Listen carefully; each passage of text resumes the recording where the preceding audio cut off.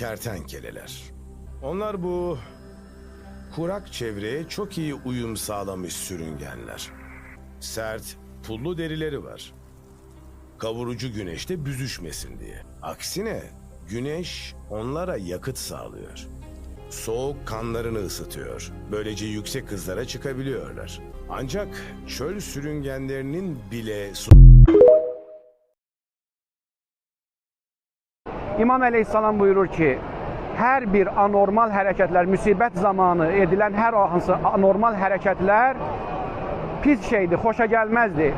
Yalnız Cəddi İmam Hüseyin Əleyhissalama olunan cəza, yəni müsibətə görə anormal hərəkətlər xoşa gələndir, bəyəniləndir. Cəddi İmam Hüseyin Əleyhissalama olunan cəza, yəni müsibətə görə anormal hərəkətlər xoşa gələndir, bəyəniləndir. Görürsünüz də müsibət zamanı, yəni imamların il dönəmində ilan kimi, kərtənkələ kimi, donuz kimi, mənə bilim, qoyun kimi yerimək, sürünmək, palçığa batmaq, fırlanmaq, tullanmaq, salto atmaq bu şiəlikdə caizdir. Allahu Ekber.